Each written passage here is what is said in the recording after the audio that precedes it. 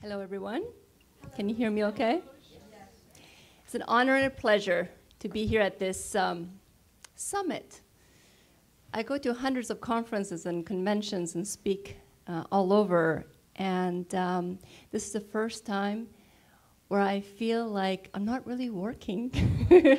This feels so wonderful. I just feel validated. I feel like everyone's on the same page. I don't have to convince anyone. Everyone's speaking for me. It's so wonderful. I don't have to work very hard at all. It's been a vacation since I came back to San Diego early last week. I used to live here. My husband, Ed, and I lived in San Diego for about 15 years. During that time, we were just a couple hours away from Riverside, and where my sister lives, a sister-in-law, technically, but I call her my sister, and my 3 nephews. And ever since the youngest was only 2, they would come visit us for spring break and for 1 week during summer break. That was our way of having a wonderful time with kids, having a staycation, and giving my sister a little mini private vacation with her husband, because they never went anywhere. They were too busy. They had kids. So my husband and I would take some time off and take the kids all over. If you've been to San Diego for more than just a short visit, you know we have a lot to offer here.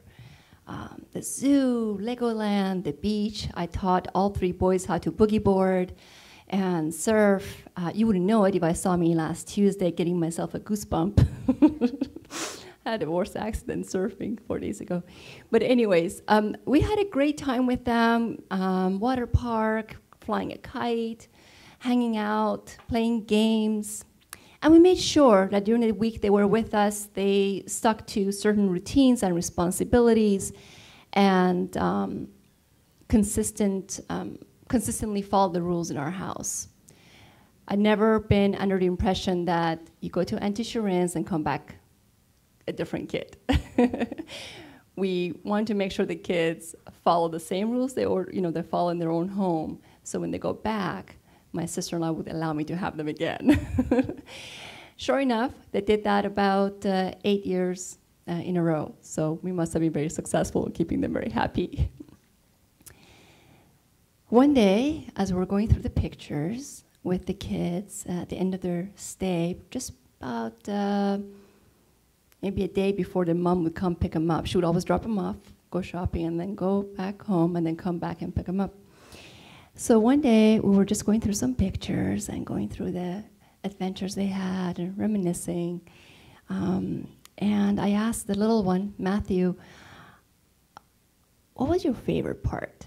Looking at the pictures between the water park and the aquarium and SeaWorld and the beach and the zoo. And he said, you know, as he was sitting sort of cuddling on my lap looking at the pictures, he says, I really like the way we always had dinner together. I don't mean just me and my 2 brothers. Just you, me, Uncle Eddie, and my brothers. Like, we ate dinner together every night. Now, you see, my husband wasn't able to take time off work every day the boys were with us. I took the whole day week off. But he had to work sometimes, and he would take the weekends off when they were there.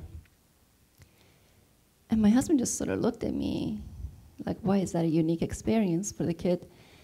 And I totally understood. Parents are super busy. Don't get to have dinner with their kids every night. This is a special treat. So I told him, I said, dinner time is a very special time to Uncle Eddie and I. And we were so honored, Matthew, that you and your brothers were able to share that time with us. And then Danny, his older brother, sort of plumped down on the couch, stopped playing video games, and started looking at the pictures and said, you know, we always look forward to coming to visit here with you guys every year. And somehow, Ed and I knew they weren't just talking about the zoo and SeaWorld and the beach and boogie boarding.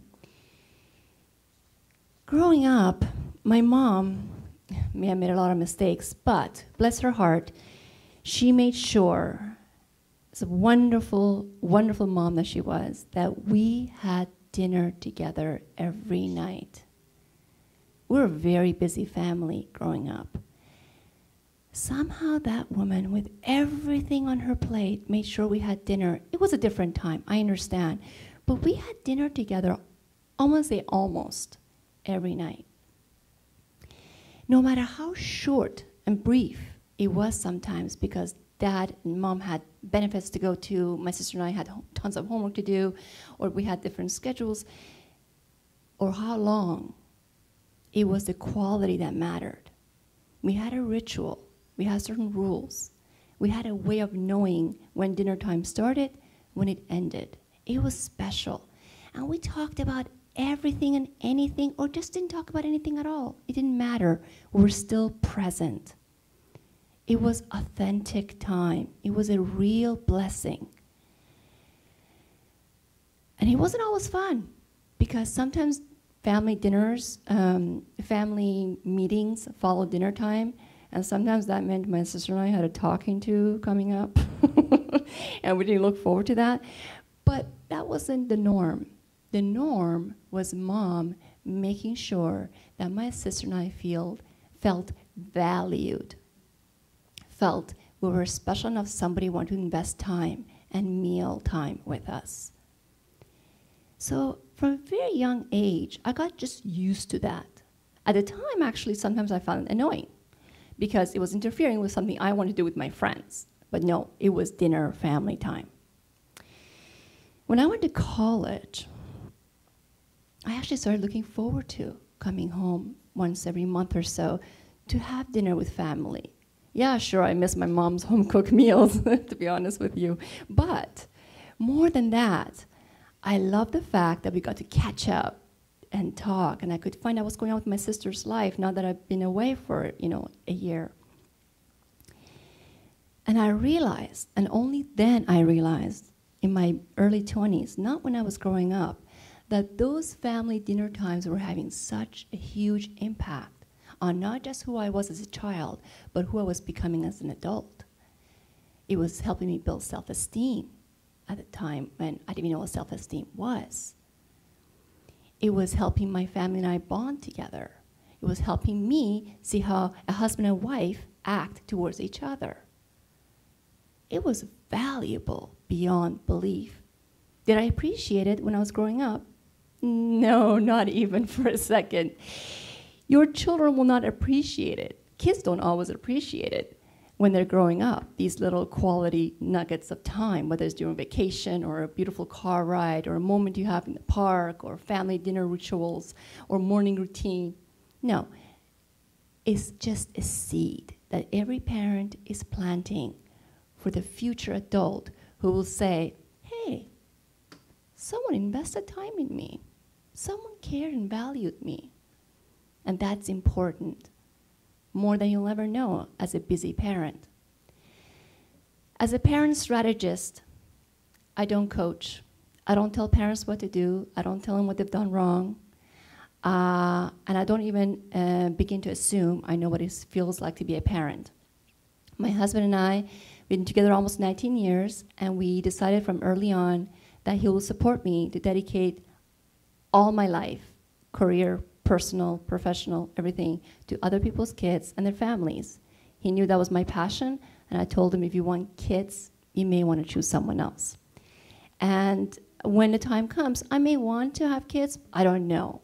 But at this time, I am so devoted to other people's children and their lives and their families. And when I founded Create Happy Kids a few years ago, it was out of necessity because I was providing home-based, one-on-one parent coaching, and I kept hearing the same story over and over, and I kept hearing the same complaint from parents about feeling alone, like they were the only ones going through this situation in their lives. When I started doing more workshops and seminars, when they got together and I would ask, anyone has a question, a hand would go up. They would ask a question, I would notice 10 other hands had gone up too. I would answer the question and go, okay, who had the next question? I saw other hands go up earlier. And they all started giggling. I had the same question. I never had to convince parents they weren't alone anymore. They knew, they felt it in the room, that their questions were common, their concerns were universal. My message for creating happy kids is universal. and just between you and me, is about creating happy parents. So I call myself a parent strategist because I strategize with parents to trust their own skills, be more consistent with what they're doing right, so they actually see results, not give up, be persistent, accept the fact that they know their kids best. Nobody else does that like you do, and your kids know that, and they appreciate that. And I just strategize with them to use the tools that I know as a neuropsych, trained as a neuropsych major and getting my doctorate in behavior science as a behavior scientist, knowing what behavior modification strategies work best, rooted in positive reinforcement for all ages between 2 and 12, which is what the foundation of behavior management and most of the issues and concerns are for parents. So I focus my practice on just that. I left the clinical world, though, because I got too busy with all the speaking engagements and the writing and workshops and seminars and conferences and conventions and doing all the marketing for Create Happy Kids. So I will go back to the clinical world one day. But right now, I don't do anything clinical, and I'm not coaching. All I do, I strategize with parents. I pass the message along in the workshops and classes that I do that are free for parents, because the PTAs usually sponsor me. And I make sure they have 3 to 5 very helpful tools, practical tools, just like my book is. My book is designed so every chapter can be read in less than 20 minutes, because no mom has more than that. It's a blessing if they have 20 minutes in a week. So no chapter is more than 10 pages long. And since I'm a slow reader, I'm on average about 20 minutes per chapter. You might take less time. It's an easy read. You should be able to take one tool out of that chapter, use it that day, and see results right away. That's how the book is designed for parents. And now for the practical part. What are those tools to help you create the ritual around dinner time, to organize out of respect for the theme of our group, so you can have more quality, authentic, real bonding time with your loved ones at dinner table and enjoy it. Here are 5 really quick, easy suggestions so you can create a ritual for what I call a sacred time. I believe dinner time should be sacred. You dress your best to go to your synagogue or your church or your mosque. Model and encourage children to wash up and dress, comb their hair, and wear the better shirt to come to dinner.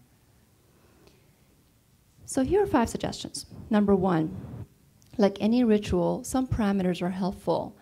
I believe that setting a parameter about no cell phones, no TV for just 15 to 20 minutes. Most average meal times don't take more than that, unfortunately. But start with that, 15 to 20 minutes. No TV, no cell phones, no nothing, no electronics. These are not in a specific order. Number 2, plan ahead. Make a simple meal plan. Don't make it complicated. This is just to reduce your stress as a dad or a mom. Make it simple. Keep the stress low. Plan ahead. Number 3, create a routine. Make sure you have dinner and family knows that you're having dinner at exactly what time and what day. Please don't shoot for the star. Don't go for every night of the week. Start with 1 night a week, or maybe 2 nights a week. Like Tuesdays and Saturdays is family time, whatever. You choose what fits your family.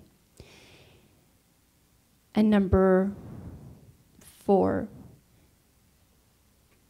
make it special your own way.